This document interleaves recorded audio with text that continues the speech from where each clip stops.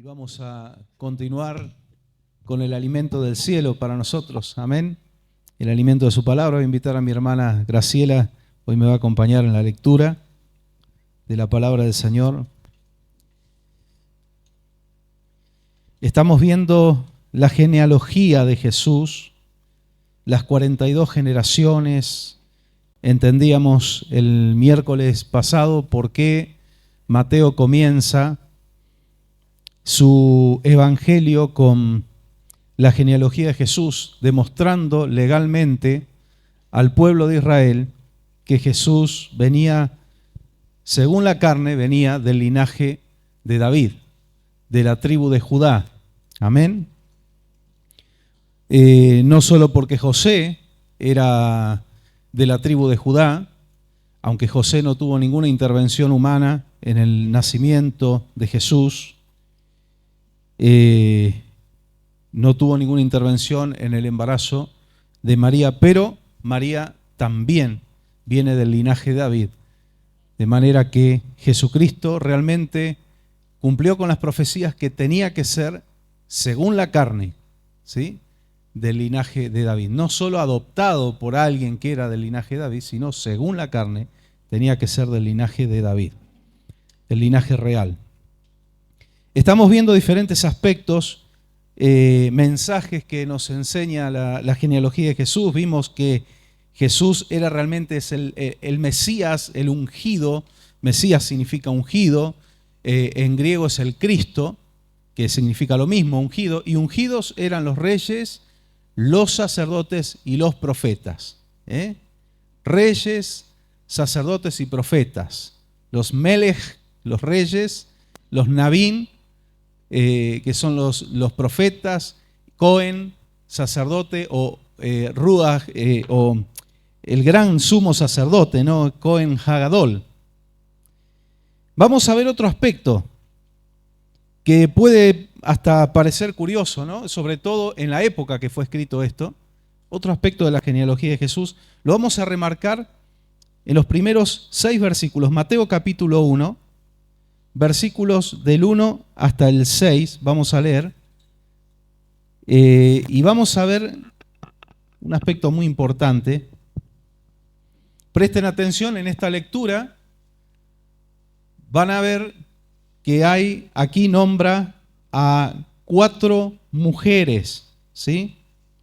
4 mujeres. Vamos a ver si nos da el tiempo hoy, nos vamos a meter en la historia de estas 4 mujeres, vamos a ver quiénes eran. Y van a ver algo que es muy curioso y hasta era algo raro que se escribiera en esos tiempos, ¿no? Mateo, capítulo 1, ¿todos lo tienen? Vamos a leer solamente desde el versículo 1 hasta el 6. El 1 al 6. Hasta el 6 inclusive. Libro de genealogía de Jesucristo, hijo de David, hijo de Abraham. Abraham engendró a Isaac. Isaac engendró a Jacob, Jacob a Judá y a sus hermanos. Judá engendró de Tamar a Fares y a Sara. Ahí hay una de las mujeres, Tamar. Tamar a Fares y a Sara. Fares a Esrom y Esrom a Aram. Aram engendró a Aminadab, Aminadab a Naasón. Y Naasón a Salmón. Salmón engendró de Rahab a Boz. De Rahab, ahí está Rahab. la segunda mujer, ¿eh? Sí, a Boz. Boz engendró de Ruth a Obed. Y Obed a Isaí. Bien. ¿Y el versículo 6? Isaí engendró al rey David, y el rey David engendró a Salomón, de la que fue mujer de Urías.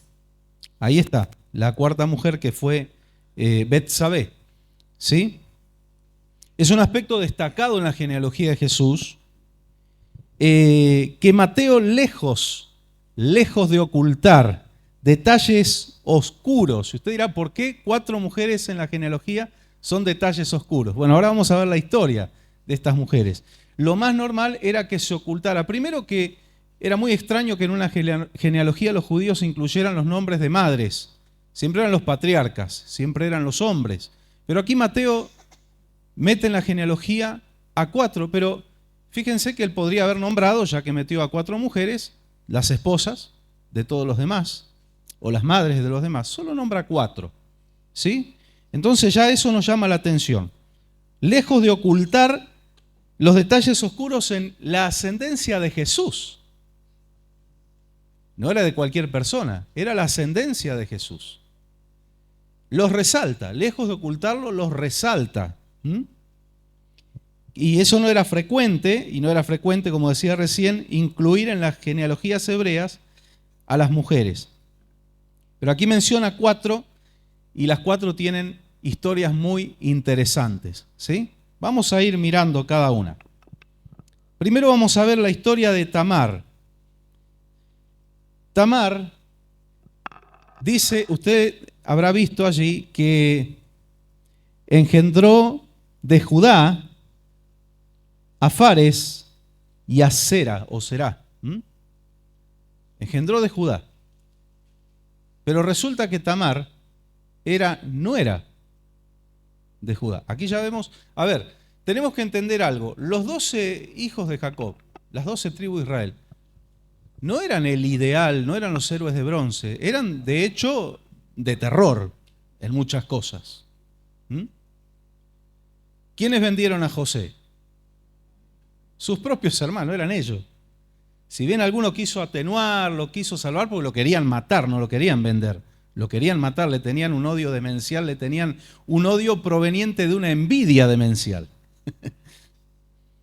La envidia es una obra destructora de la carne, por eso en el pueblo de Dios no tiene que haber envidia. Cuando usted ve un hermano bendecido, gócese y alégrese. No diga, ¿por qué este tiene y yo no? ¿Por qué? No, gócese y alégrese para que quede el camino abierto, para que Dios lo bendiga a usted también. Por eso el Señor nos enseña a reír con los que ríen. Y cuando alguien está sufriendo, llorar con los que lloran, ¿sí? Acompañarlos. Eso es lo que pasa con un cuerpo. Usted se golpea el dedo chiquito de un pie y le duele hasta el último pelo de la cabeza, ¿no? Todo el cuerpo se duele, porque está conectado por las coyunturas, eso nos enseña el apóstol Pablo, ¿sí? Unidos por el vínculo del amor. Bueno, estos le tenían bronca a José, claro, es como que el padre mucho no ayudaba tampoco, le regala la túnica de colores. La túnica de colores, uno dice, bueno, todos acá tenemos ropa de colores, sí, pero en los tiempos antiguos las ropas eran de un solo color, o sea, mejor dicho, no tenían color, y el que usaba ropa de color era gente rica, gente adinerada, o algún hijo a quien se amaba sobremanera se le regalaba, como pasó con la mamá de Samuelito. Se le regalaba una túnica de colores, y va a Jacob, y le regala a José, que era el más chico, le regala la túnica de colores. Encima José, usted ya si leyó la Biblia entiende, ¿no? Los sueños que tuvo, y no tuvo mejor idea que ir y contárselo a los hermanos, ¿no? Lo quisieron matar, Rubén lo quiso salvar y dijo, no, miren, es nuestro hermano, no derramemos sangre, vamos a ponerlo en una cisterna. Y él tenía pensado, después lo sacamos de ahí, yo lo saco y se lo llevo a papá. Y él andaba por ahí, los hermanos vieron que venía una compañía de mercaderes madianitas, y dijo, acá matándolo no ganamos nada. Y como buenos judíos pensaron, vamos a hacerlo plata. No lo matamos y de paso sacamos un rédito, ¿no? Y lo vendieron y ahí terminó como esclavo en Egipto. Bueno, toda esa historia. Así que los hijos de Jacob tenían cada cuestión, ¿no? Se habían mandado cada una. Y acá vamos a ver una de Judá, porque ya nos resulta extraño, ¿no? Judá de Tamar tuvo a Fares y Zera, pero resulta que Tamar era nuera. ¿Cómo terminaron teniendo hijos? Hay detalles muy oscuros y están en la ascendencia de Jesús. Vamos a Génesis 38, vamos a leer varios versículos en esta noche, y porque vamos a ver las historias.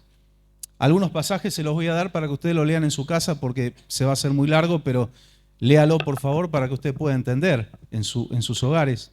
De paso de que dice, no sé qué leer en mi casa, bueno, le voy a dar tarea para que lleve y tenga algo para leer. Génesis 38. Vamos a leer desde el versículo 6 hasta el 30 inclusive. Génesis 38, vamos a ver aquí también, nos vamos a meter un poco en la cultura que tenían en esa época, las costumbres que tenían. Génesis 38, desde el versículo 6 hasta el 30. Después Judá tomó mujer para su primogénito, la cual se llamaba Tamar. Y el primogénito de Judá, fue malo ante los ojos de Jehová y le quitó Jehová la vida. Perdón, se ve que, aquí no especifica, pero se ve que era muy grave la conducta. Cuando Dios decide quitarle la vida a alguien, algo muy grave habrá hecho. Comentábamos ayer lo que le pasó al presidente de Irán, conocido como el carnicero de Irán, un asesino de su propia gente, pero un hombre que se la tenía jurada a Israel, que con toda la boca pronunció querer destruir y borrar de la faz de la tierra a Israel. Y como le pasó a Chávez, cuando maldijo desde sus entrañas al pueblo de Dios, pobrecitos, pobres ignorantes. No hay duda, y no es para alegrarse porque no nos tenemos que alegrar con la muerte de nadie, pero es triste, se condenan solos, no hay duda de que eso fue un juicio de Dios. Y Dios usó nada más y nada menos que el clima. Usó el clima. Y hay otros que están en la lista si no se arrepienten, ¿no? Creo que, no tengo mucho conocimiento, pero creo que le reprocharon también al presidente de Colombia, Petros, haber hablado en contra de Israel.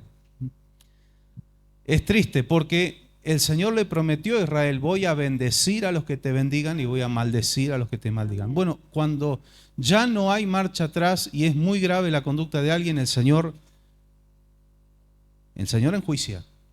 Él sigue siendo justo. Él es bueno, Él es santo, Él es misericordioso, Él es paciente, pero es justo. Y vemos un juicio en la época de la gracia, con Ananías y Zafira. Ya estaba la gracia, ya estaba el Espíritu Santo y hubo un juicio de muerte. Que eso trajo temor. Pero ¿qué temor? No el temor de miedo, sino el temor de respeto a Dios. Con Dios no se juega. Entonces, nos dice la palabra que es amor, pero que es fuego consumidor también. Y que es algo duro, que es algo terrible caer en manos del Dios vivo. ¿Sí? Entonces, tenemos que disfrutar de esa libertad, tenemos que disfrutar de la gracia, pero no jugar con el Señor y no jugar con la gracia. El Señor nos ayude. Bueno, acá hubo un juicio de Dios y le quitó la vida. ¿Y cómo sigue la historia? Entonces Judá dijo a Onán: llégate a la mujer de tu hermano y despósate con ella y levanta descendencia a tu hermano. Perdón, ahí frenamos un poquito más. Esa era la costumbre y la cultura que había en esa época.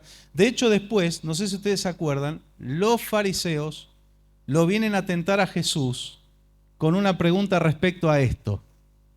Porque la costumbre era que si moría el hermano mayor y no había tenido hijos, era obligación del que le seguía casarse con la esposa, que había sido la esposa de su hermano, y tener hijos para darle descendencia a su hermano. Hoy es aberrante, digamos, una cosa así, pero en esos tiempos era normal. En esos tiempos los padres le escogían esposa a sus hijos. Vemos la historia de Abraham y la historia de Isaac en la guía de Dios perfecta. Le buscaron esposa a sus hijos, ¿no? Cuando hay una guía perfecta, todo sale bien. Pero acá Judá estaba medio también con la antena chueca en lo espiritual, y después vamos a ver, ¿no? Bastante chueco estaba. Bueno, así que se tenía que hacer cargo Onán. Seguimos. Y sabiendo Onán que la descendencia no había de ser suya, sucedía que cuando se llegaba a la mujer de su hermano, vertía en la tierra, por no dar descendencia a su hermano. Egoísmo, un egoísmo total. Decía, si no va a ser descendencia mía, entonces no quería dejar embarazada a la que ahora era su esposa. ¿Sí? Seguimos leyendo. Y desagradó en ojos de Jehová lo que hacía, y a él también le quitó la vida. Tremendo, ¿no? Y Judá dijo a Tamar su nuera, quédate viuda en casa de tu padre hasta que crezca Sela, mi hijo, porque dijo, no sea que muera él también como sus hermanos. Y paramos ahí. Amén. Ya Judá dijo, esta es una viuda negra. Sí. ¿Por qué? Porque dijo, si le entrego, se ve que todavía no estaba en edad de casarse, el más chico, dijo, se va a morir este también. El problema no era Tamar, el problema era que sus hijos eran unos desgraciados. El problema era individual. Mire, Dios no va a juzgar a otro por culpa tuya o por culpa mía. Dice, matará al impío su pecado y al justo lo va a salvar su justicia. Amén. El alma que pecare, esa morirá. Dice, no van a pagar los hijos por culpa de los padres, ni van a pagar los padres por culpa del pecado de los hijos. No era el problema la nuera de Judá, sino que sus hijos eran terribles, eran tremendos. No tenían temor de Dios, eso es evidente. Y más allá de sus acciones, Dios que mira y pesa el corazón, habrá visto una maldad inusitada en esa gente. Habrá visto corazones muy oscuros. Y dijo, esto los barro. Así que el problema no era Tamar, aunque Judá no entendió, no tuvo discernimiento de lo que estaba pasando ahí. No hubo discernimiento de cuál era verdaderamente el problema. Y dijo, no, se va a morir este también. Entonces empezó a dilatar la cuestión, ¿no? Seguimos leyendo. Y se fue Tamar y estuvo en casa de su padre. Pasaron muchos días y murió la hija de Súa, mujer de Judá. Después Judá se consoló y subía a las trasquiladoras de sus ovejas a Timnat, y él y su amigo Hira de Adulamita. Y fue dado aviso a Tamar, diciendo, he aquí tu suegro sube a Timnat a trasquilar sus ovejas. Entonces se quitó ella los vestidos de su viudez y se cubrió con su velo y se arrebozó y se puso a la entrada de Naín junto al camino de Timnat, porque veía que había crecido Sela y ella no era dada a él por mujer. Y la vio Judá y la tuvo por ramera, porque ella había cubierto su rostro.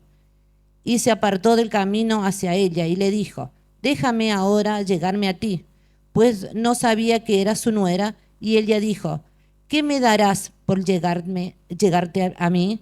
Y respondió, yo te enviaré del ganado un cabrito de las cabras. Y ella dijo, dame una prenda hasta que lo envíes. Entonces Judá dijo, ¿qué prenda te daré? Ella respondió, tu sello, tu cordón y tu báculo, y tienes en tu mano. Y ella se lo dio, y él llegó a ella, y ella concibió de él. Luego se levantó y se fue, y se quitó el velo de sobre sí, y se vistió la ropa de su viudez. Y Judá envió el cabrito de las cabras por medio de su amigo el Adulamita, para que éste se recibiese la prenda de la mujer, pero no la halló. Y preguntó a los hombres de aquel lugar, diciendo, ¿dónde está la ramera de Naín junto al camino? Y ellos le dijeron, no ha estado aquí ramera alguna. Entonces él se volvió a Judá y dijo, no la he hallado, y también los hombres del lugar dijeron, he aquí no ha estado ramera. Y Judá dijo, tómeselo para sí, para que no seamos menospreciados. He aquí que yo he enviado este cabrito, y tú no la hallaste. Y sucedió que al cabo de unos 3 meses fue dado aviso a Judá, diciendo, Tamar, tu nuera, ha fornicado, y ciertamente está encinta a causa de las fornicaciones. Y Judá dijo, sacala y sea quemada. Pero ella, cuando la sacaban, envió a decir a su suegro, del varón cuyas son estas cosas, estoy encinta. También dijo, mira ahora de quién son estas cosas, el sello, el cordón y el báculo. Entonces Judá lo reconoció y dijo, más justa es ella que yo, por cuanto la he dado a Sela mi hijo, y nunca más la conoció. Y aconteció que al tiempo de dar a luz, he aquí había gemelos en su seno. Sucedió que cuando daba luz, que sacó la mano el uno, y la partera tomó y ató su mano un hilo de grana, diciendo, este salió primero. Pero volviendo él a meter la mano, he aquí salió su hermano, y ella dijo, ¿qué brecha te has abierto? Y llamó su nombre Fares. Después salió su hermano, el que tenía en su mano el hilo de grana, y llamó su nombre Sada. Qué historia, ¿no? bueno, por lo menos algo bueno tenía, pagaba sus deudas. Eso es lo que podemos ver. Es lo único bueno que tenía, ¿no? Mandó el pago. Astuta, Tamar, le pide como garantía del pago algo que fuera personal, su sello personal, ¿no? Y aquí vemos, y esto es un comportamiento común de mucha gente, que camina totalmente torcida de los caminos del Señor, pero es rápida para levantar la mano y juzgar. Se enteró de que su nuera había quedado embarazada, que se había prostituido, y enseguida ahí el juicio, quémenla. Y ella se quedó en el molde. A propósito, cuando la están sacando para enjuiciarla, ella muestra y dice: manden a llamar al varón que es dueño de este sello, de este bastón, de esta correa. Y claro, Judá, cuando viene y se entera, así es como encontramos en la genealogía de Jesús, Judá y Tamar, padres de estos chicos, Fares y Zera. Tremendo. Yo diría, yo que Mateo esto no lo cuento. Es la genealogía de Jesús. Mateo lo metió ahí. Mateo conociendo la Torá, conociendo el Antiguo Testamento y conociendo cuál había sido la historia.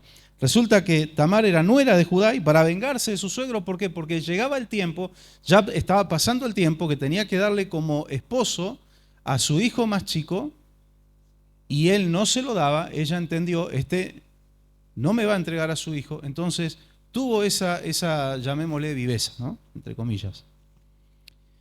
Y ella tenía un justo reclamo.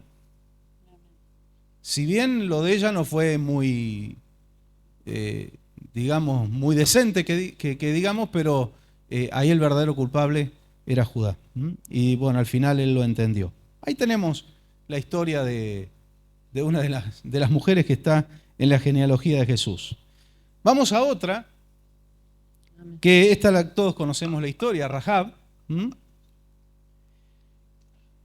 Y acá tenemos en Josué capítulo 2, versículos 1 al 21, vamos a ver por qué Rahab llega a meterse en la genealogía de Jesús. Rahab, ustedes saben cuál era su oficio, pero no solo eso, Rahab no era judía. Ya tenía dos motivos para no estar ahí, porque ella ni siquiera era del pueblo de Israel, y los matrimonios mixtos eran una abominación delante del Señor. Los que leyeron la ley de Dios van a entender que era una abominación. Matrimonios mixtos era algo que estaba mal visto por Dios. ¿Y cómo llegó a estar esta mujer en la genealogía de Jesús? Bueno, vamos a ver qué hizo, ¿no? Josué 2, capítulo 2, versículos desde el 1 hasta el 21.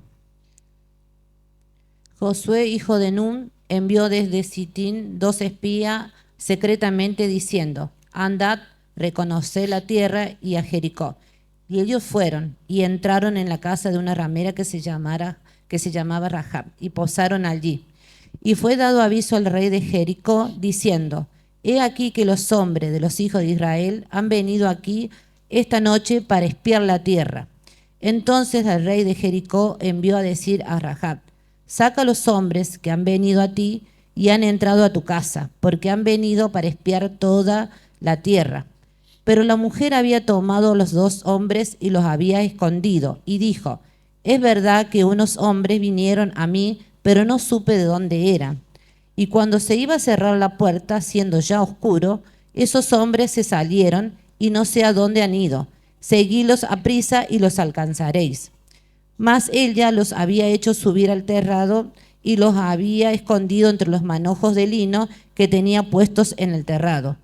Y los hombres fueron tras ellos por el camino del Jordán hasta los vados, y la puerta fue cerrada después que salieron los perseguidores. Antes que ellos se durmiesen, ella subió al terrado y les dijo: sé que Jehová os ha dado esta tierra, porque el temor de vosotros ha caído entre nosotros y todos los moradores del país que han desmayado por causa de vosotros. Porque hemos oído que Jehová hizo sacar las aguas secar las aguas del Mar Rojo delante de vosotros cuando salisteis de Egipto, y los que habéis hecho a los 2 reyes de los amorreos que estaban al otro lado del Jordán, a Sehón y Og, y a los cuales habéis destruido. Oyendo esto, ha desmayado nuestro corazón, ni ha quedado más aliento en hombre alguno por causa de vosotros, porque Jehová vuestro Dios es Dios arriba en los cielos y abajo en la tierra. Perdón. Miren ustedes cómo esta mujer conocía toda la historia y se hablaba en la ciudad de Jericó. ¿Por qué estaban tan blindados ellos? Porque el temor de Dios había llenado los corazones de la gente de la ciudad, del rey, de los soldados. Sabían que este pueblo, caminando de la mano de Jehová, era imparable. Era imparable. Ahora, hay una expresión que yo la quiero recalcar. Yo sé que el Dios de ustedes es Dios de los cielos y Dios de la tierra, porque todas las naciones, incluido allí, eran politeístas. Y ellos tenían, esto lo hablamos ya, un Dios para cada cosa. Un Dios que era de las montañas, un Dios que era de los ríos, uno de los mares, uno de la tierra, uno de las estrellas, un Dios de los animales y un Dios de esto y un Dios de aquello. Como que se repartían las tareas porque eran, no eran todopoderosos, ¿no? Y sabemos que no hay Dios fuera de Jehová, nuestro Dios. Ahora, lo que entiende esta mujer es que el Dios de los israelitas era un Dios completo. Amén. Y es lo que tenemos que entender nosotros, que le adoramos y le amamos a nuestro Señor. Él es un Dios completo. Él es Dios de los cielos y de todo lo que pasa en el mundo espiritual y de todo lo que pasa en el universo. Y Él es Dios de la tierra y Él es Dios de lo que pasa debajo de la tierra. Él es el único, Él es el que puede con todo y tiene todo bajo su control. Dios de los cielos y Dios de la tierra. Hay que entender esta expresión tan profunda que parece algo sencillo. Yo sé que su Dios es de los cielos y de la tierra, pero lo que está diciendo esta mujer está comprendiendo la magnitud del poder de Dios y no solo está comprendiendo, está creyendo. Porque hay gente que puede comprender, pero no camina con Dios. Hay gente que puede llegar a entender, pero no tiene un arrepentimiento, un cambio de vida. Pero cuando entendemos y comprendemos quién es Dios y vamos en pos de Él, nos rendimos a Él, ahí hay promesas que se desatan sobre nuestras vidas. Aún cosas, aún puertas que están cerradas o que estaban cerradas, cuando alguien tiene una fe, ¿sí?, completa, puesta en el Señor como base de nuestra fe, y uno camina y actúa por esa fe, ¿sí?, en función de esa fe, hay puertas que eran imposibles y que se van a abrir para nosotros. Dios va a abrir ventanas en los cielos. Dios va a abrir puertas que tienen cerrojos de bronce cuando nosotros le creemos, entendemos quién es Él y empezamos a actuar en consecuencia. No solo creer, sino actuar, ¿sí?, en consecuencia de esa fe. Seguimos. Os ruego pues ahora que me juréis por Jehová, que como he hecho misericordia con vosotros, así la haréis vosotros en la casa de mi padre, de lo cual me daréis una señal segura, y que salvaréis la vida de mi padre y mi madre, y a mis hermanos y hermanas, y a todo lo que es suyo, y que libraréis vuestras vidas de la muerte. Ellos le respondieron: nuestra vida responderá por la vuestra, si no denunciaréis este asunto nuestro. Y cuando Jehová nos haya dado la tierra, nosotros haremos contigo misericordia y verdad. Entonces ella los hizo descender con una cuerda por la ventana, porque su casa estaba en el muro de la ciudad, y ella vivía en el muro. Y les dijo: marchaos al monte, para que los que fueron tras vosotros no os encuentre. Y está escondido allí 3 días, hasta que los que os siguen hayan vuelto. Y después iréis por vuestro camino. Y ellos le dijeron: nosotros quedaremos libres de este juramento con que nos has juramentado. Y aquí, cuando nosotros entremos en la tierra, tú atarás este cordón de grana a la ventana por la cual nos descolgaste, y reunirás en tu casa a tu padre, a tu madre, a tus hermanos y a toda la familia de tu padre. Y cualquiera que fuere de las puertas de tu casa, su sangre será sobre su cabeza, y nosotros sin culpa. Mas cualquiera que si estuviere en casa contigo, su sangre será sobre nuestra cabeza, si mano le tocare. Y si tú denunciaras este nuestro asunto, nosotros quedaremos libres de este juramento con que nos has juramentado. Y ella respondió: sea así como habéis dicho. Luego los despidió y se fueron, y él ató el cordón de grana a la ventana. Amén. Un cordón rojo. ¿A qué le recuerda esto? Hay que estar adentro de la casa, tiene que haber una señal. Nos recuerda el Pesaj, las Pascuas, que había que pintar los dinteles de la casa con la sangre del cordero y el ángel de la muerte no podía entrar allí. ¿Sí? También me recuerda al arca de Noé. Se salvaba todo el que estuviera dentro. No importaba si eran 20 de familia, nos apretamos, nos metemos hasta, no sé, nos paramos arriba del inodoro, no importa, no había inodoro en ese tiempo, pero el tema es estar adentro, porque el que está en Cristo, nueva criatura es, y las cosas viejas pasaron y aquí todas son hechas nuevas. Nos metemos en el arca de salvación que es Jesucristo, y la sangre de Cristo es la señal. La sangre de Cristo es la que nos limpia todo pecado. Y el Padre, cuando nos mira a nosotros, Él ve la sangre. Le dijeron estos espías: si está ese cordón rojo, todos los que estén adentro de la casa, los vamos a salvar. Ahora, si ustedes no cumplen, si ustedes no hacen su parte, nosotros ya somos libres. Eso de la sangre sobre su cabeza quiere decir sos responsable de tu vida. Y si nosotros no cumplimos el juramento, nosotros somos los responsables. Cuando se dice su sangre sea sobre nuestra cabeza, nosotros somos los responsables por no haber cumplido el juramento. Así dijeron los judíos cuando condenaron a Jesús: su sangre sea sobre nosotros y sobre nuestras cabezas y sobre la de nuestros hijos. Y se condenaron a sí mismos. Los romanos en el año 70, cuando destruyen el templo, destruyen Jerusalén, crucifican a un montón de judíos fuera de la ciudad. Es terrible. Bueno, esta mujer actuó en consecuencia de su fe.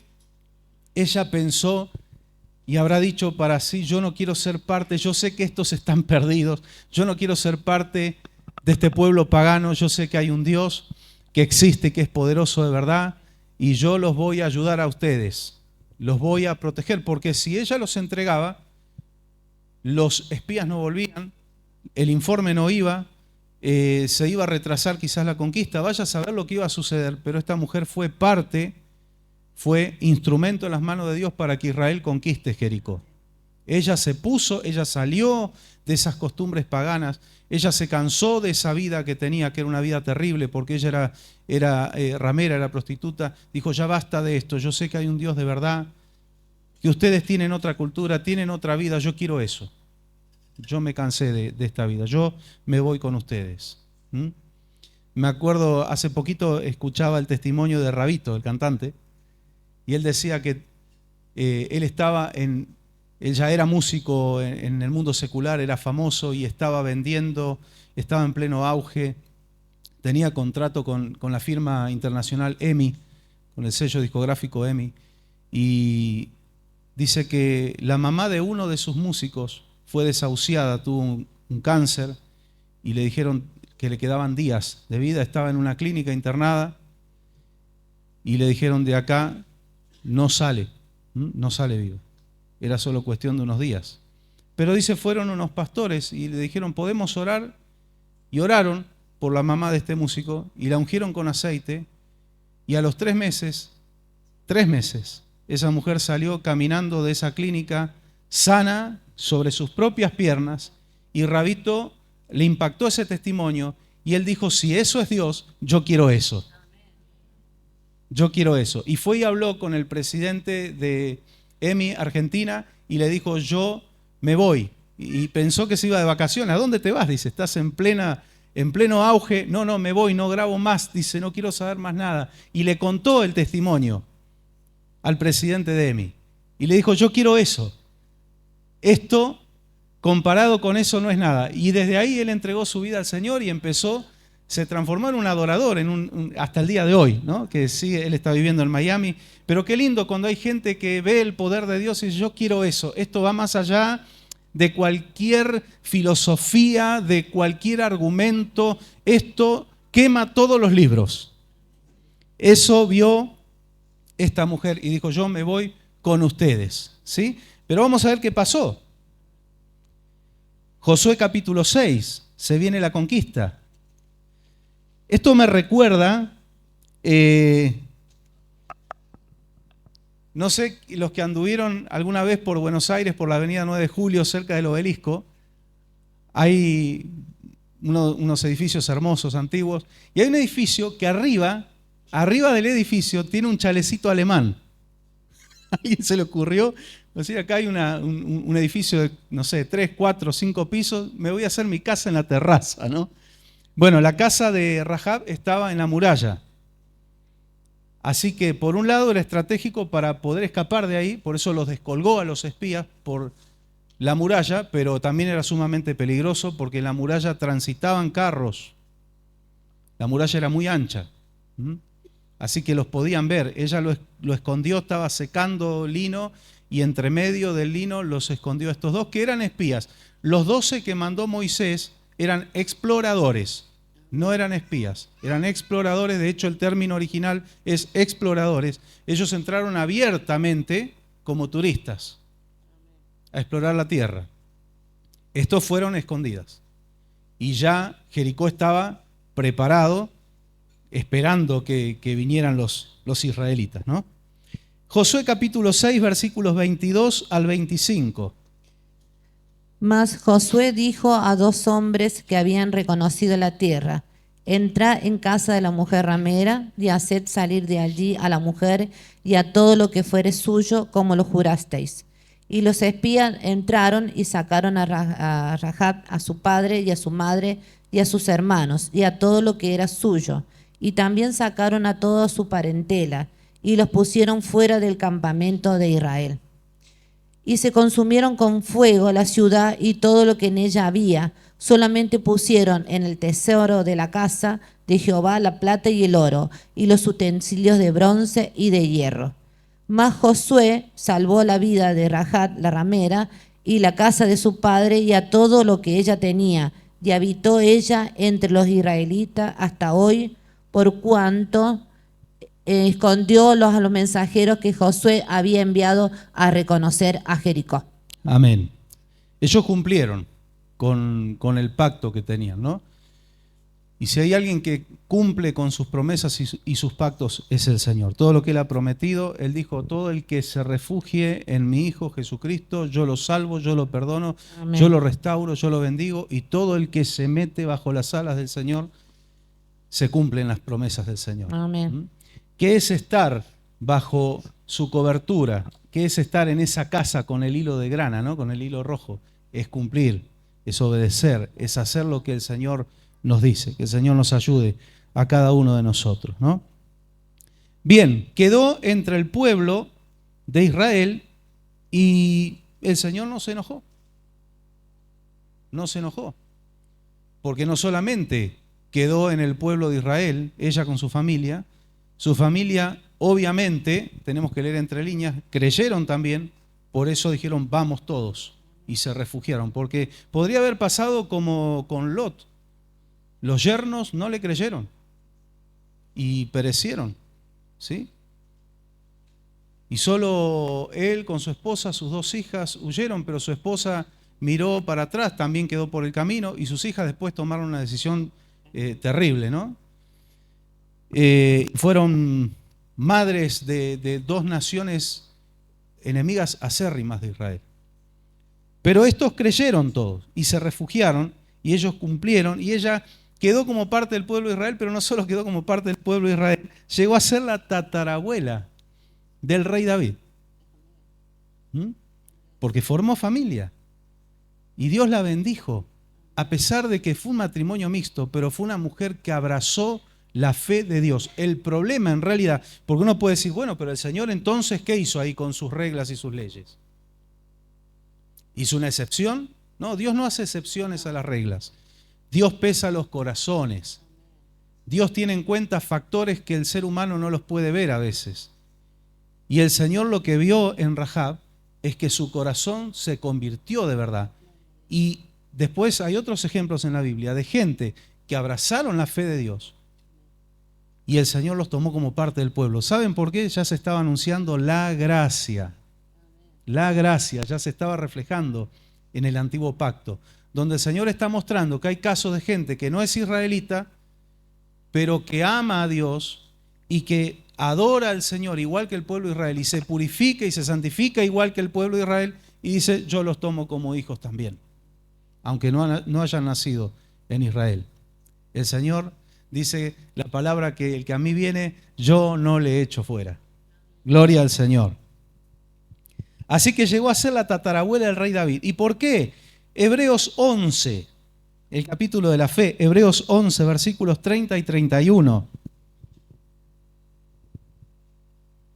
¿Qué nos dice la palabra? 30 y 31. Hebreos 11, 30 y 31. Por la fe cayeron los muros de Jericó después de rodearlos 7 días. Pero la fe de Rahab la ramera no pereció juntamente con los desobedientes, habiendo recibido a los espías en paz. Amén. Por la fe Amén. cayeron las murallas, pero por la fe ¿de quién? De Rahab. De Rahab.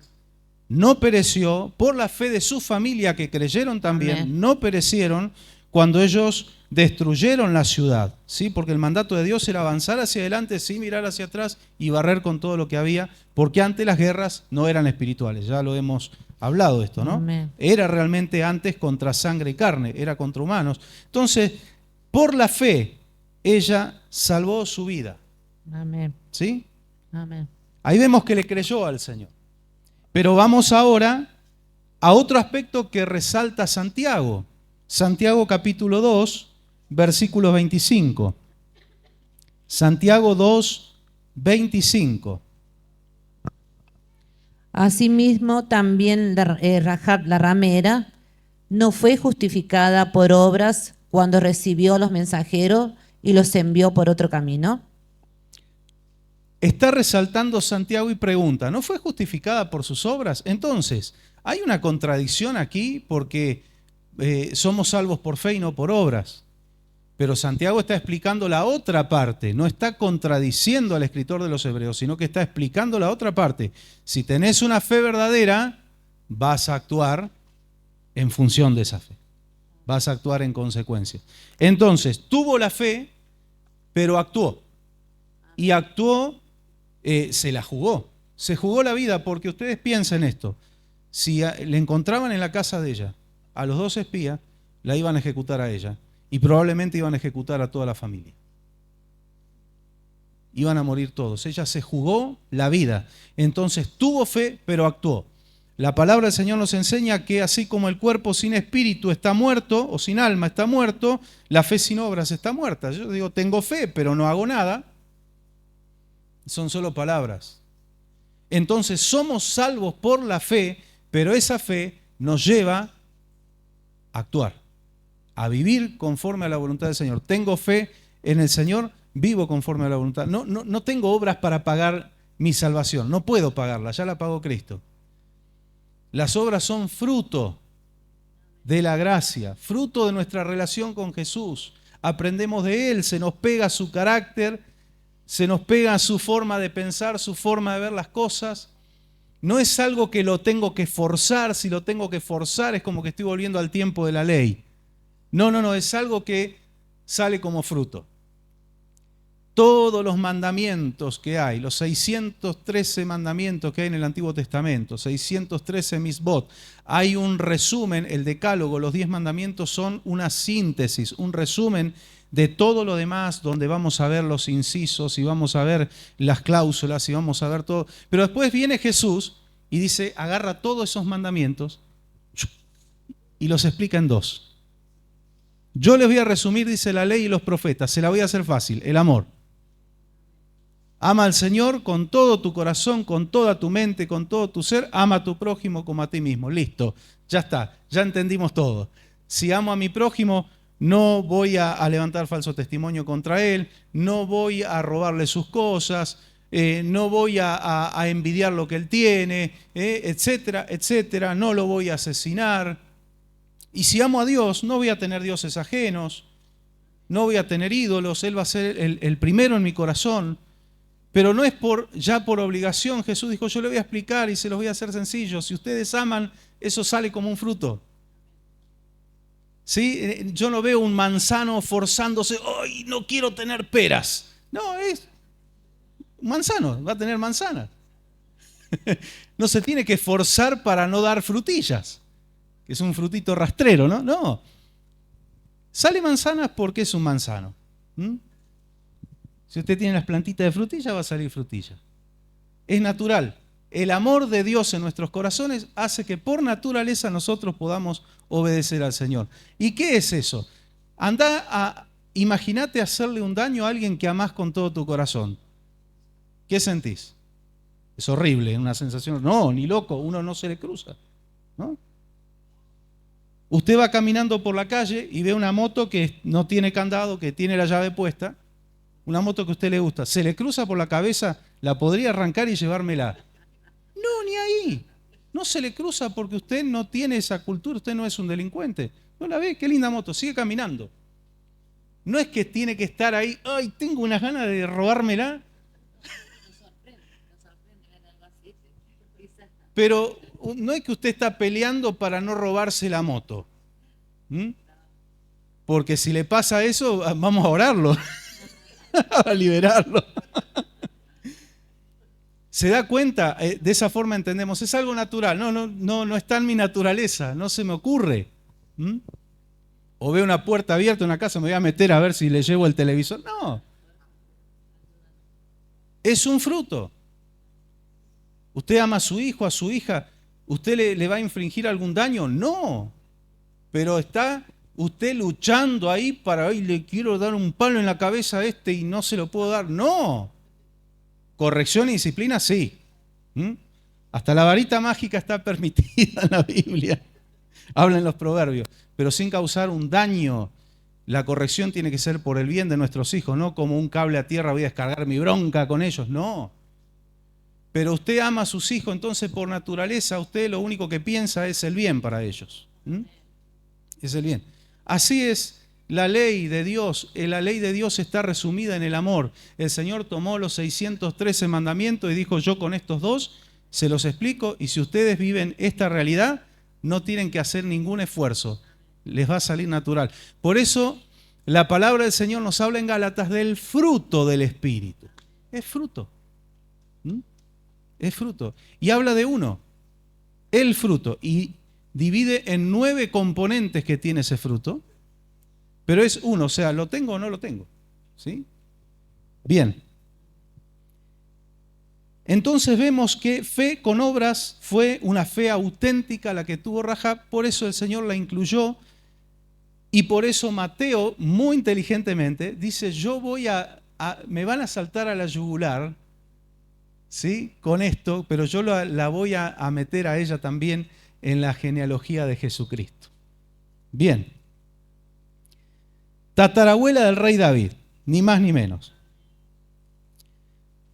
Pero tenemos otra mujer más, Ruth. Yo le doy como tarea en algún momento de la semana, lea el libro de Ruth completo, tiene 4 capítulos nada más, ¿sí? Es cortito. Pero vamos a leer un versículo nada más. Ruth tampoco era hebrea, Ruth era moabita, de Moab. Lindos nenes los moabitas. Tremendos, ¿eh? Ruth 2:12.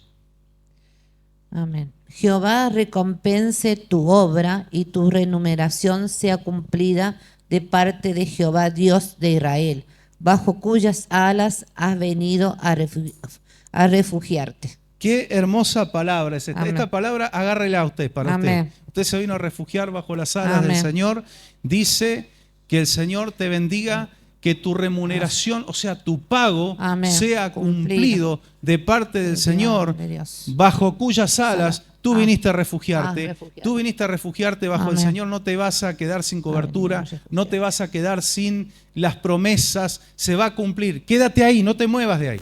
Amén. ¿Quién le dijo esto a Ruth? Vos. Vos. ¿Mm?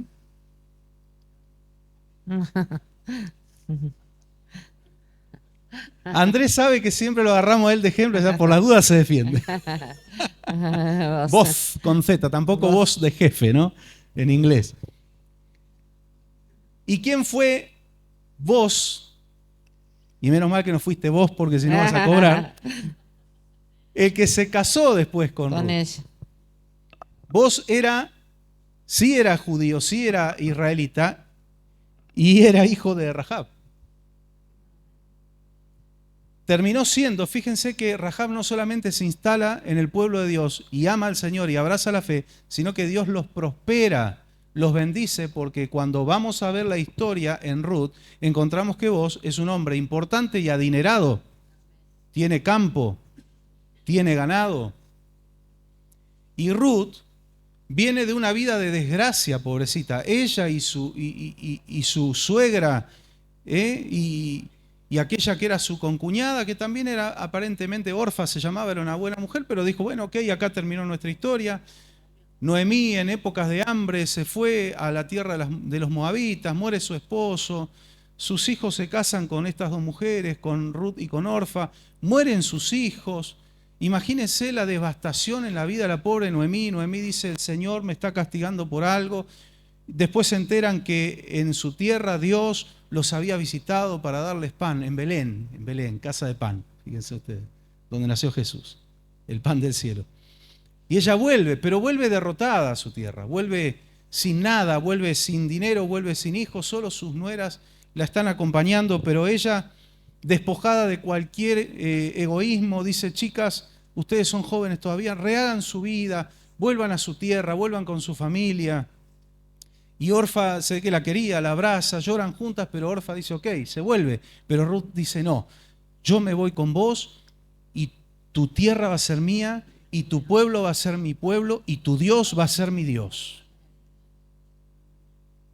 Y Noemí le insiste, pero Ruth dice no. Y cuando Noemí ve que ella está resuelta, dice, ok, vamos juntas como hermanas en desgracia, ¿no? Porque las dos viudas, pero el Señor empieza a mover los hilos. Y empieza a demostrar y a decirles, chicas, yo no las traje a la tierra de ustedes nuevamente como derrotadas, como sin esperanza, porque de aquí en adelante se viene lo mejor. Amén.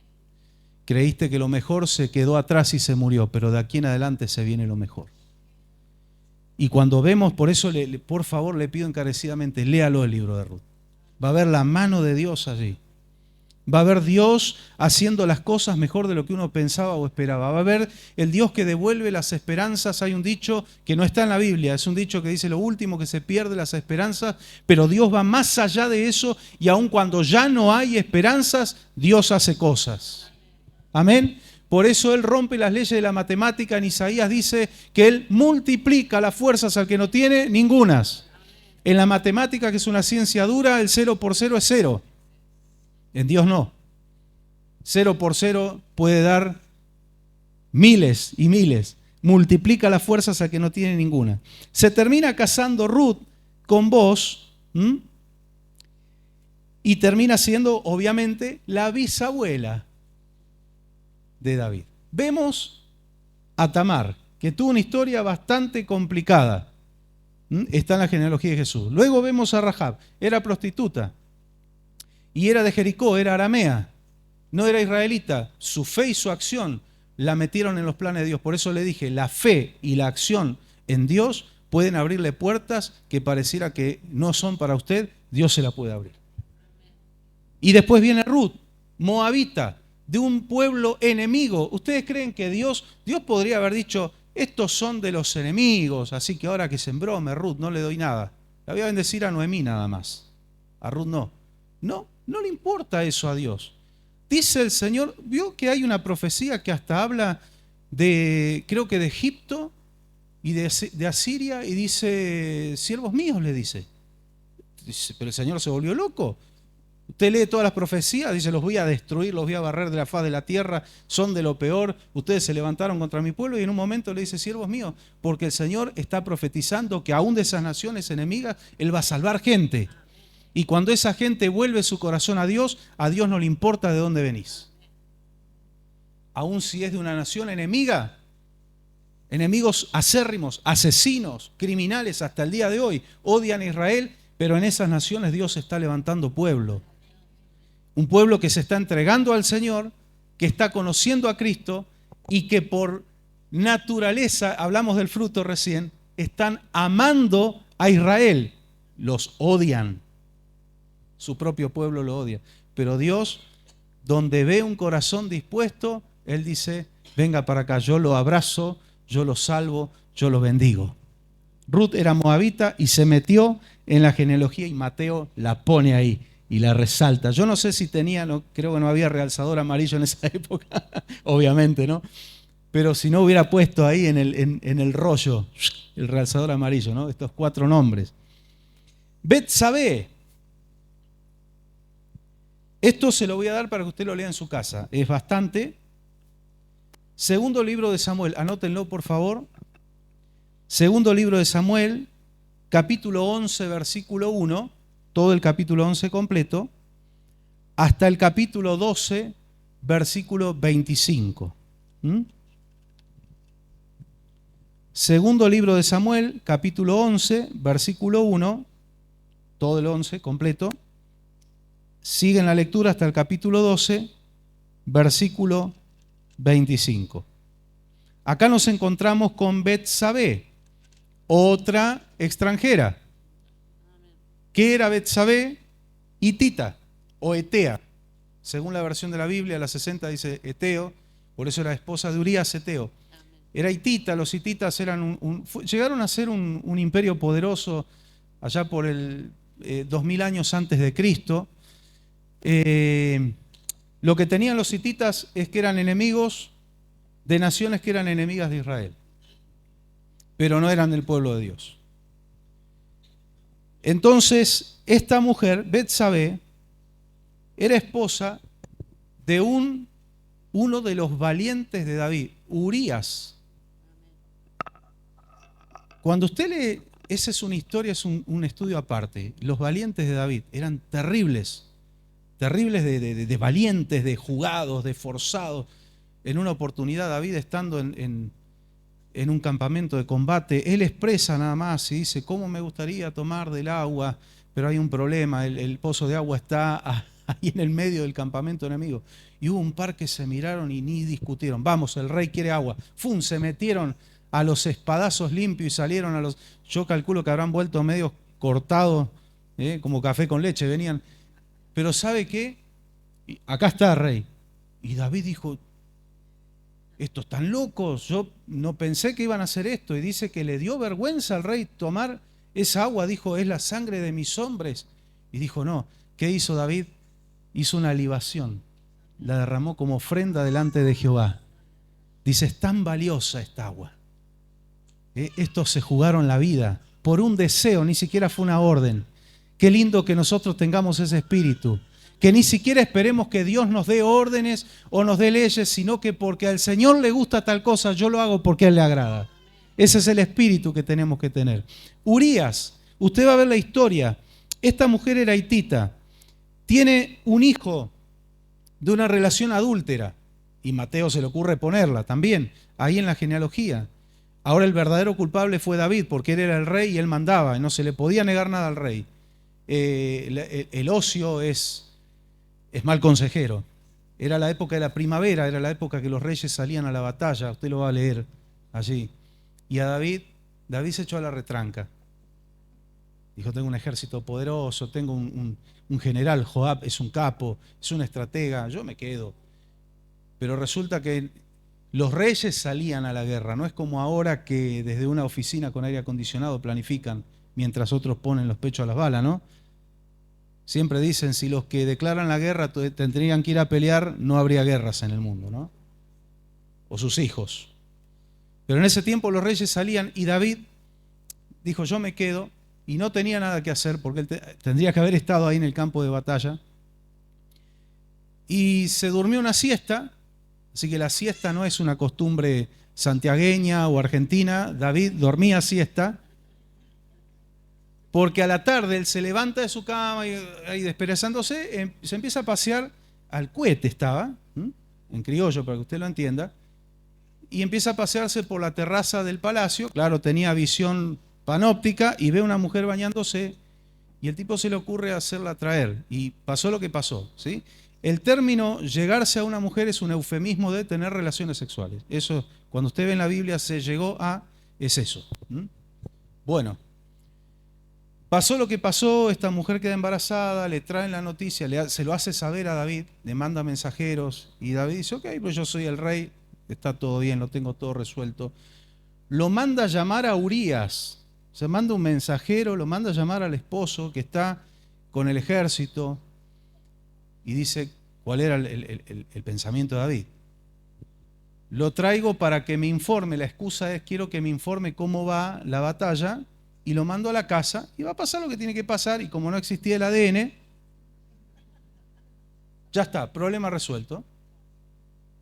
Pero resulta que Urías, en ese momento al menos, en ese tiempo, porque este David, que era el que tenía su corazón conforme al corazón de Dios, pero se descuidó.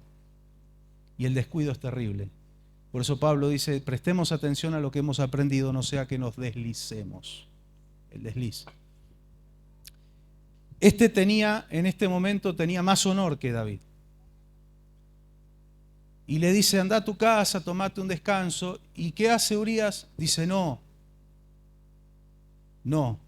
puede ser que mis compañeros de batalla, mi jefe, mi general, está poniendo allá el pecho a las flechas y está en una carpa, está en un campamento de combate al aire libre y yo voy a ir a mi casa. No, se queda a dormir donde dormía la Guardia Real, en las escalinatas a la salida del palacio. Y van y le dicen a David, che, este no fue a la casa. Uy, ahora se me hace el bueno. Bueno. Pero era así, era el calibre que tenían esos hombres. Él está en el listado de los valientes de David. Por eso, está en la lista de los valientes de David. Era uno de ellos, uno de los destacados. Entonces David dice, bueno, esta no me falla. Lo invita a un banquete, hace todo un banquete para engatusarlo a este pobre Urías. Y dice, lo hago que se copetee un poco, y ahí el honor, ¿sabe? Una vez que está entonado, el honor se va. Y medio se pasó de copas, pero el honor lo mantenía el tipo hasta borracho. Y otra vez dijo, no, yo no me... Y se quedó durmiendo en las escalinatas. Y vinieron otra vez, che, David, este no se va a la casa. Uy. Bueno, no me queda otra. Vio lo que es la escalada del pecado, ¿no? Cuando no se cortan. Es una espiral que lleva cada vez más profundo. Escribe una carta a David, se la manda a Joab, el general, y le dice, cuando esté arreciando la batalla, déjenlo solo en el frente y va a morir de seguro. Y David, que estaba nublado, enceguecido totalmente, prepara esa carta, le pone el sello real. Urías no iba a hurgar a ver qué decía. Le voy a abrir a baño María a ver qué dice adentro. No. Era un hombre de honor y no tiene mejor idea que darle en las manos de Urías su propia sentencia de muerte. Para esto el Señor en los cielos estaba arrancando los pelos, se estaba inflando el Señor. Y así fue como sucedió. Él le lleva contento porque va a cumplir una orden del rey. El rey me entregó en mis propias manos, soy mensajero del rey. Tomá, Joab lo abre, lo lee. Y Joab era un excelente general, un excelente militar, pero era bastante carcamán. También tenía sus cuestiones.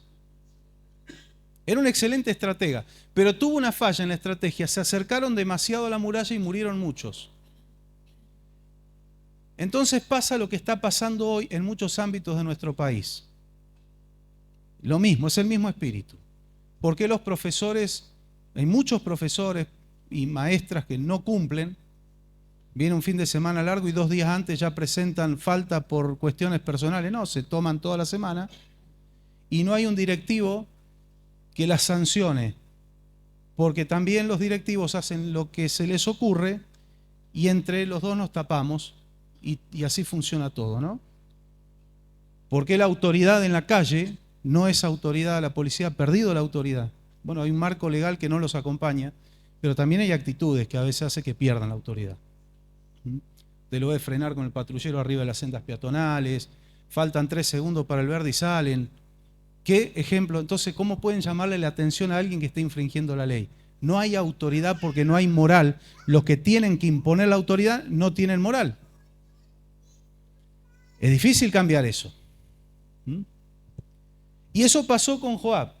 Tuvo un error de estrategia, pero David no estaba en posición de recriminarle nada. Entonces, Joab le manda una carta a David y le dice, mira David, cometimos un error, nos acercamos demasiado a la muralla, nos alcanzaron los arqueros, que eran los que te asaeteaban, y murieron varios de los nuestros, pero entre ellos murió Urías. Ahí está.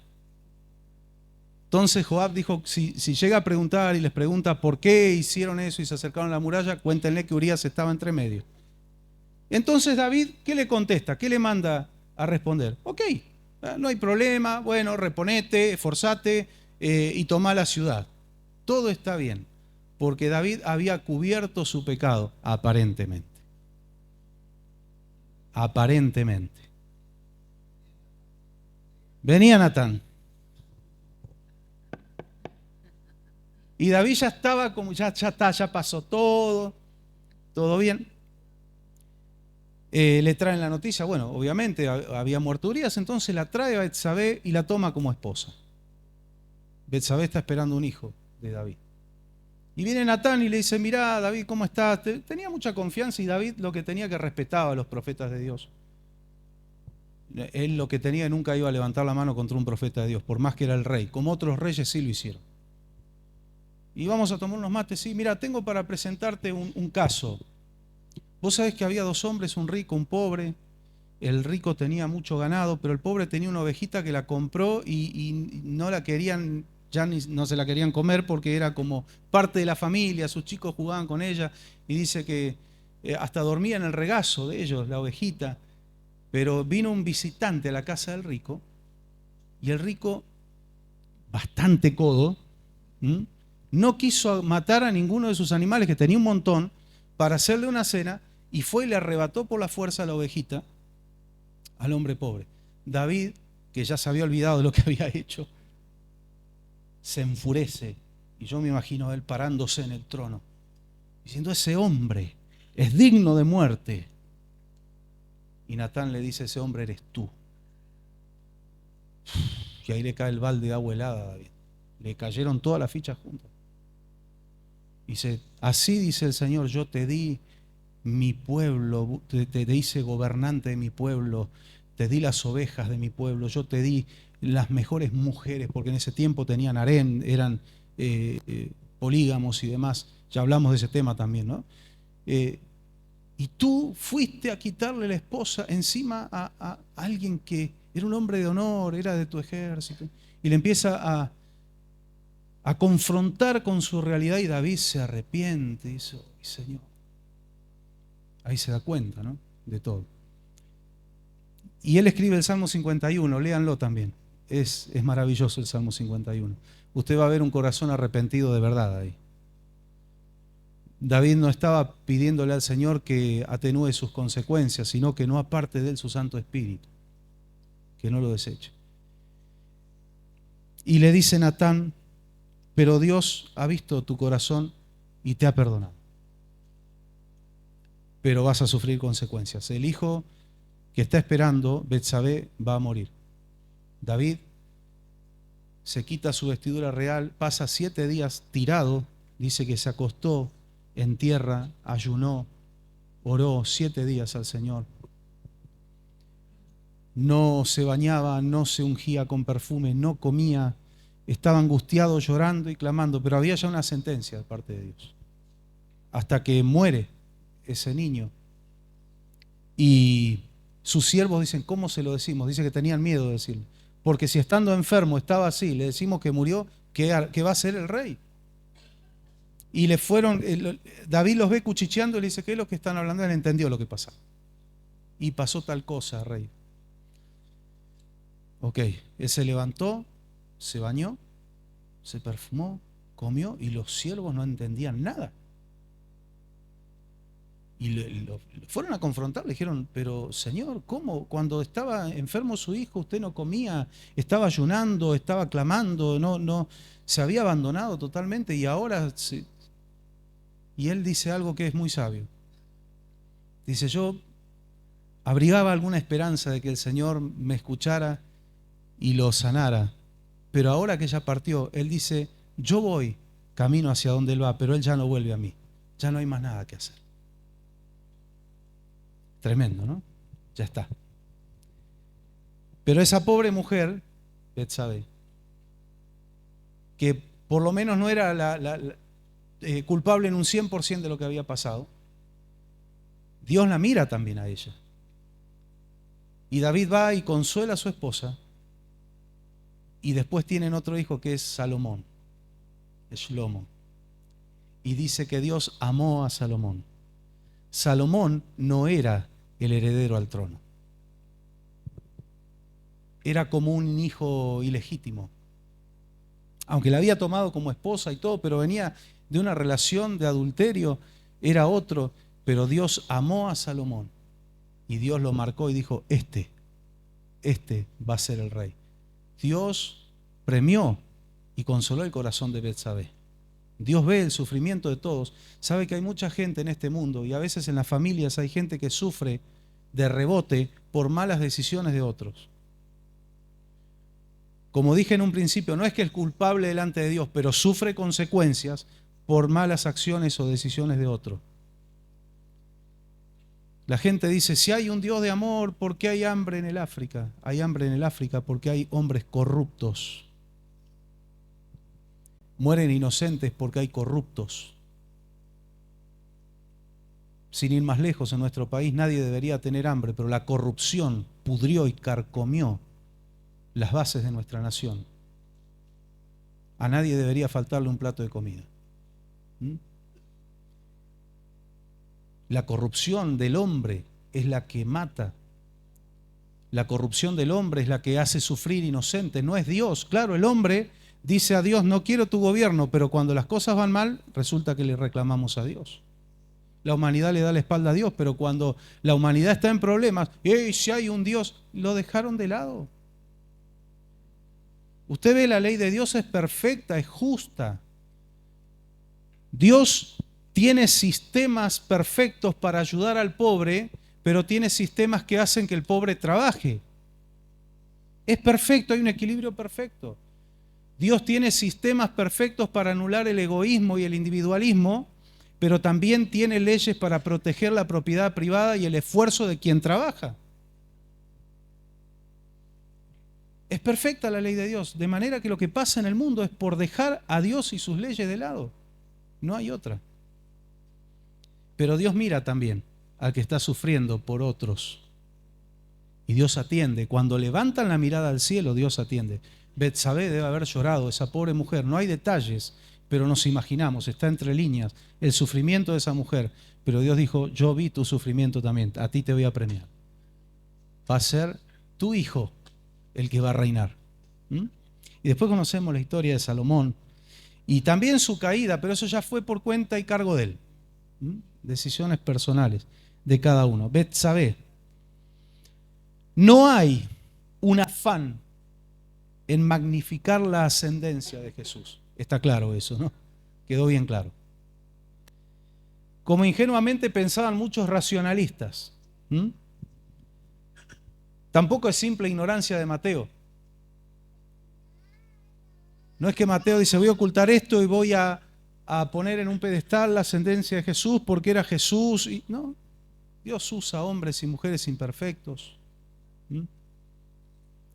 Pedro, tremendo hombre de Dios, pero en la Biblia está escrachado. Pedro también como que la careteó en un tiempo. ¿Y quién lo manda al frente? Pablo. O sea, el Señor no tiene la intención de tapar. Él dice, esta es la realidad. Por eso la Biblia nos confronta, dice, esta es tu realidad, no te soba el lomo. Dice, esto es tu culpa, pero yo tengo solución a esto. Evangelio es eso, evangelio es un término que viene del griego, que es buenas noticias, buenas nuevas. Tenemos malas noticias, Dios es justo, es la peor noticia para nosotros. Porque nosotros tendríamos que haber sido condenados también. La buena noticia es que Dios es misericordioso y Él dijo, ustedes no pueden pagar porque ustedes están sucios, pero yo tengo a alguien que está limpio y que va a pagar por ustedes. Y va a estar ahí el regalo, el que lo quiera tomar lo puede tomar. Esa es la buena noticia, ¿no? El Evangelio.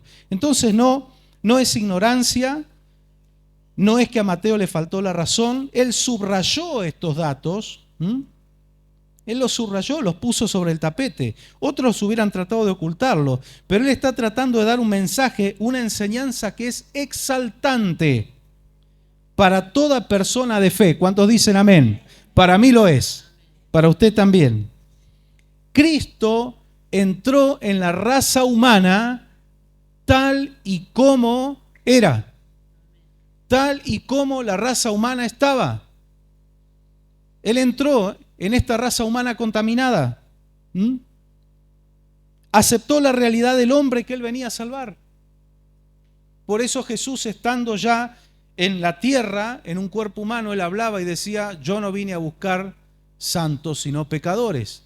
El médico viene a sanar enfermos y no sanos, pero como ustedes, los fariseos, que eran los santulones de la época, ustedes dicen que ustedes están sanos, yo no vine para ustedes, quédense tranquilos, no me meto con ustedes. Ustedes ya son santos, más santos que todos, ok, no vine para ustedes, yo vine para el que dice, Señor, estoy enfermo, Señor, necesito, Señor, no soy santo. Algunos dicen, te vas a golpear el pecho a la iglesia. Yo siempre explico esto, no leyeron bien el pasaje, solo les quedó el dicho, pero no saben bien el trasfondo.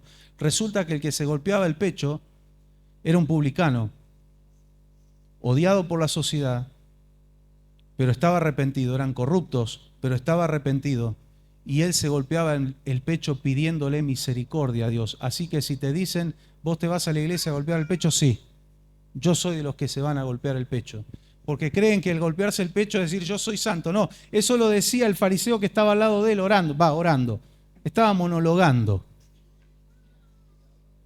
Sí, hazte propicio a mí, pecador, le decía.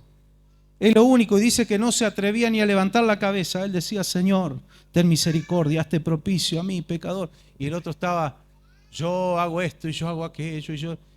Y el Señor desde el cielo, yo imagino, fue una parábola, ¿no? Pero nos metemos en la imaginación, deja ese ruido, déjame escuchar a este.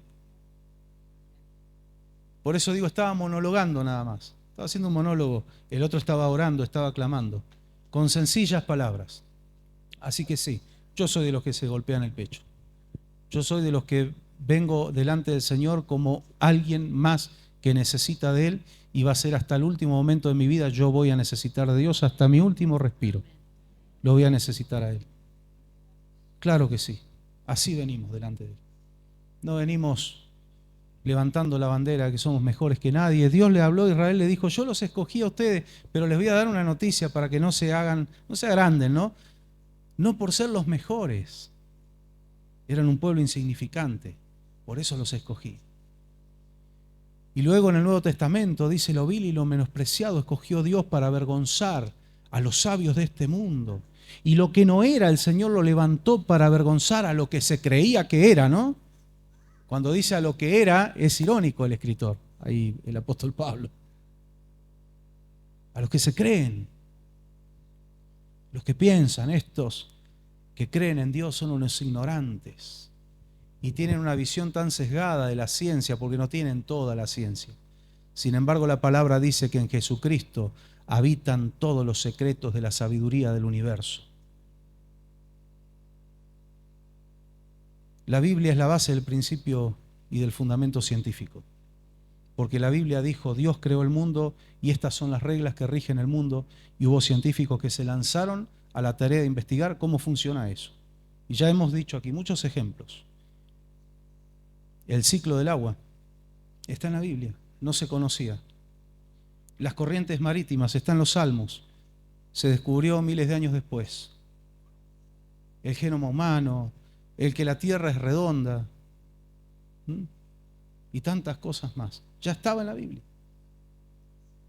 Ya estaba ahí. Que la risa es buena para la salud, levanta el sistema inmunológico. Ya lo había escrito David. Etcétera, etcétera, etcétera. Aquí hay verdadera ciencia y sabiduría de Dios. El Señor entró en la raza humana tal y como es, aceptó la realidad nuestra, Él venía a salvarnos, y por otro lado remarca la gracia, amén, la misericordia, el perdón y la inclusión de verdad, verdadera inclusión. El Señor no vino a cambiar una letra en algunas palabras, pero esto es inclusivo. Eso es una estupidez. La verdadera inclusión es otra, es la que el Señor ha hecho. Él incluyó en su pueblo y sigue incluyendo a todo el que tenga una actitud de fe. Amén. A todos los que tenemos, aunque sea un poco de fe, pero venimos a depositarla en el Señor, Él nos incluye.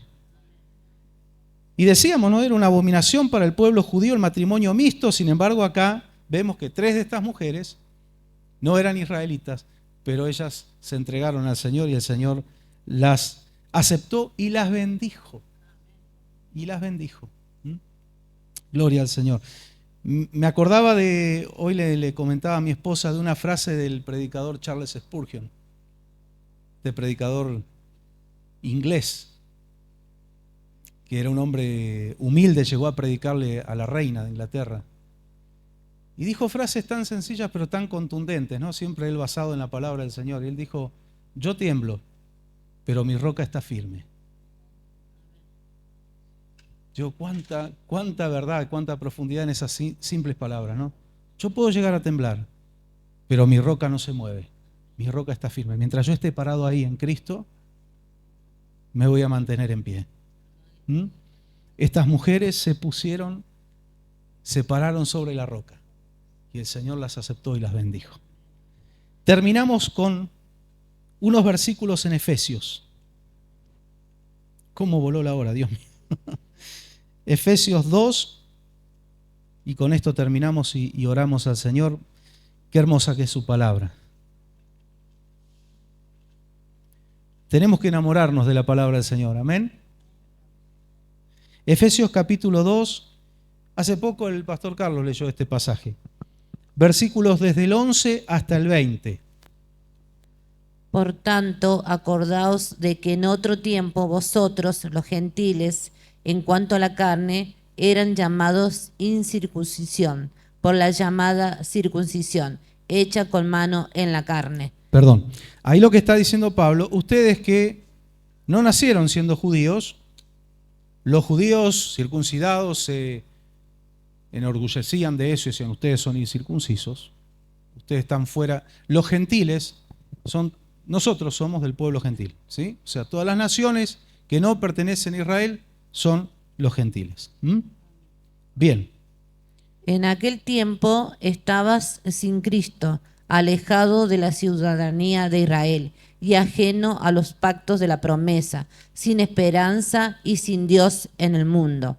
Por ahora, en Cristo Jesús, vosotros que en otro tiempo estabais lejos, habéis sido hechos cercanos por la sangre de Cristo. Amén, amén, gloria a Dios. Porque Él es nuestra paz, Sí, que de ambos pueblos hizo uno, derribando la pared intermediaria de separación, aboliendo en su carne las enemistades y la ley de los mandamientos expresados en ordenanzas, para crear en sí mismo de uno solo y nuevo hombre haciendo la paz.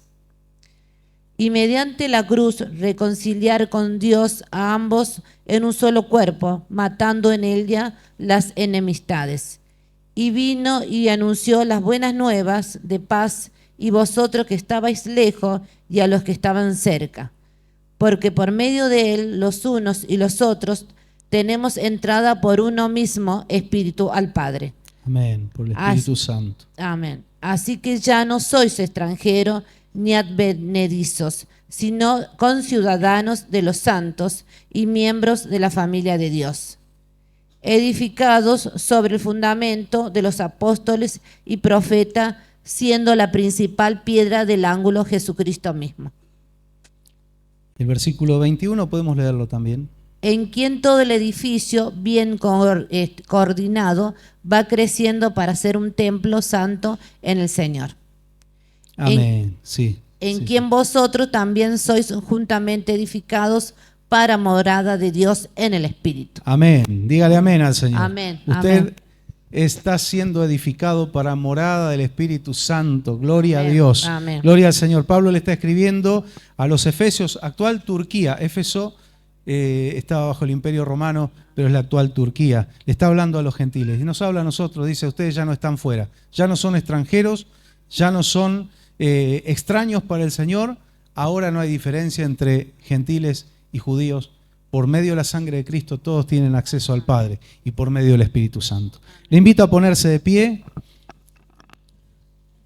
Gracias, hermana. El otro miércoles creo que ya será la última parte de este estudio. Vamos a ver otro aspecto importante de la genealogía de Jesús. Oramos al Señor y le agradecemos. Señor, gracias por tu Espíritu Santo, gracias por tu palabra bendita. Señor, gracias porque tú nos fortaleces, nos edificas por medio de tu palabra que es viva y eficaz. Bendice a tu pueblo, bendice a todos los que están mirando por redes sociales, los que escuchan por la radio, los bendecimos. Que tu Espíritu Santo alcance cada vida, cada hogar, cada familia, Señor. Y tú estés sanando a los enfermos, trayendo, Señor, liberación a los que están atados. Señor amado, fortaleciendo a los que están caídos, cambiando toda angustia y tristeza por gozo en el Espíritu Santo. La obra gloriosa de tu Espíritu está vigente en este tiempo y en este momento, Señor, y te damos gracias por todo. En el nombre de Jesús. Amén y amén. Gloria a Dios. Gloria al Señor. Él merece toda la gloria y la honra.